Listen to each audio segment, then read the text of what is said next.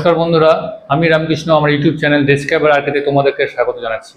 আজকে আমি তোমাদের জন্য যে চাকরির খবর নিয়ে এসেছি সেটা হচ্ছে আরআরবি এনটিপিসি বিজ্ঞপ্তি নম্বর হচ্ছে 6/2024 আর আন্ডার গ্র্যাজুয়েট, অর্থাৎ এই যে পোস্টগুলো বেরিয়েছে সেগুলো অ্যাপ্লাই করার জন্য ন্যূনতম শিক্ষাগত যোগ্যতা দরকার হচ্ছে এইচএস পাস।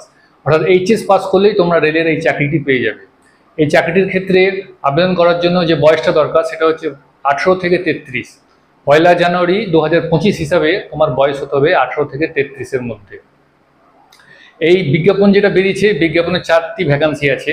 প্রথমে হচ্ছে টিকিট বুকিং ক্লার্ক 1 নম্বর, 2 নম্বর হচ্ছে সিনিয়র অ্যাকাউন্ট্যান্ট কাম টাইপিস্ট 2 নম্বর, 3 নম্বর হচ্ছে জুনিয়র ক্লার্ক কাম টাইপিস্ট এবং চতুর্থ নম্বর হচ্ছে টেন্স ক্লার্ক।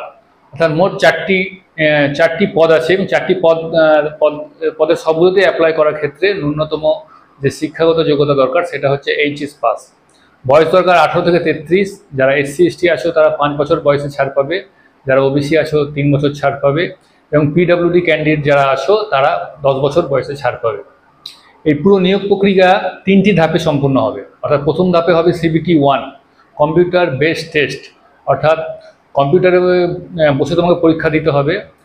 যে পরীক্ষা হবে তোমার 90 মিনিটের একটা পরীক্ষা নেওয়া হবে। প্রশ্ন থাকবে 100টা, এক নম্বরের প্রশ্ন থাকবে, 100টা প্রশ্ন থাকবে। CBT 1-এ যদি সফল হও তখন তোমরা CBT 2-এ বসতে পারবে। CBT 2-এও থাকবে পরীক্ষার সময় থাকবে 90 মিনিট এবং পরীক্ষার এক্ষেত্রে প্রশ্ন থাকবে 120টি। CBT 2-তে যদি তোমরা সফল হয়ে যাও তখন তোমাদের ক্ষেত্রে যে 4টি পোস্ট আছে, 4টি পোস্টের ক্ষেত্রে 2টি পোস্ট অর্থাৎ বুকিং ক্লার্ক এবং টেন্স ক্লার্কের ক্ষেত্রে যে স্কিল টেস্ট আছে সেটা হবে না, কিন্তু সিনিয়র অ্যাকাউন্ট্যান্ট কাম টাইপিস্ট এবং জুনিয়র ক্লার্ক কাম টাইপিস্ট যে দুটো পদ আছে তো পদের ক্ষেত্রে স্কিল টেস্ট অর্থাৎ টাইপ টেস্টটা নেওয়া হবে। এই দুটো পদের ক্ষেত্রে টাইপ টেস্ট নেওয়া হবে এবং CBT 1 CBT 2 স্কিল টেস্টে যারা সফল হবে তাদের তারপর ডকুমেন্ট ভেরিফিকেশন করা হবে। অর্থাৎ তুমি যে তোমার যত রকমের ডকুমেন্টস আছে, মাধ্যমিকের, এইচএসের, তারপর তোমার কাস্টের ডকুমেন্টস, তোমার যাবতীয় ডকুমেন্ট চেক করা হবে এবং ডকুমেন্ট ভেরিফিকেশন সফল হলে তোমার মেডিকেল টেস্ট হবে।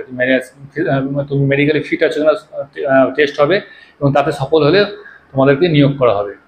এই যে নিয়োগ বিজ্ঞপ্তিটা আজ থেকে অর্থাৎ 21 সেপ্টেম্বর থেকে শুরু হয়ে গেছে, চলবে তোমার 20 অক্টোবর পর্যন্ত। এই অনলাইনে আবেদন প্রক্রিয়ার ক্ষেত্রে সাধারণ প্রার্থীদের লাগবে 500 টাকা এবং তার মধ্যে যে 400 টাকা আছে সেটা তোমার অ্যাকাউন্টে ফেরত দিয়ে দেওয়া হবে। অর্থাৎ তুমি যদি পরীক্ষায় বসো তুমি 400 টাকা অ্যাকাউন্টে ফেরত পেয়ে যাবে।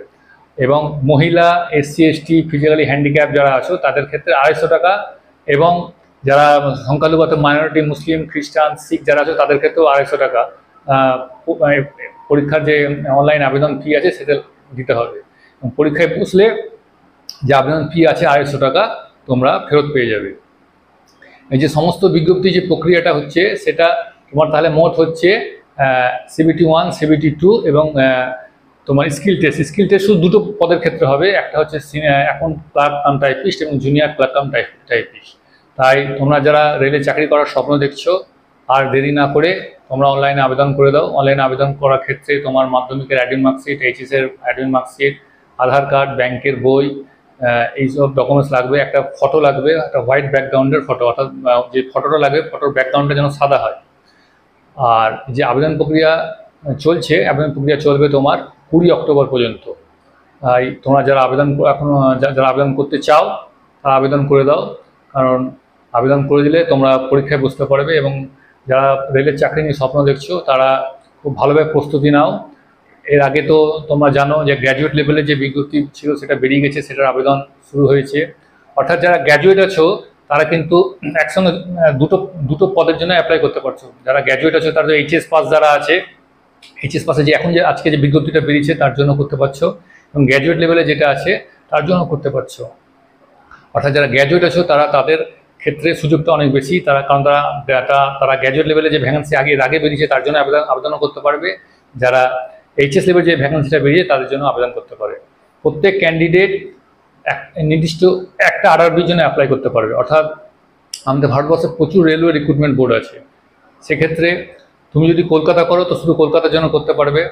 কলকাতা করলে অন্য কোনো রেলওয়ে রিক্রুটমেন্ট বোর্ডে তুমি করতে পারবে না। কলকাতা করলে তুমি ভাবো যে মালদা রেল রিক্রুটমেন্ট বোর্ডে তুমি আবার করবে, সেটা করতে পারবে না। প্রত্যেকটা প্রার্থী যে কোনো একটা নির্দিষ্ট রেলওয়ে রিক্রুটমেন্ট বোর্ডে করতে পারবে। তাই বন্ধুরা আর দেরি না করে তোমরা অনলাইনে আবেদন করে দাও, সঙ্গে জোরদার প্রস্তুতি নাও, যাতে তোমরা সফল হবে এবং আশা করছি নিশ্চয়ই সফল হবে। আজকে এত দূরই, নমস্কার।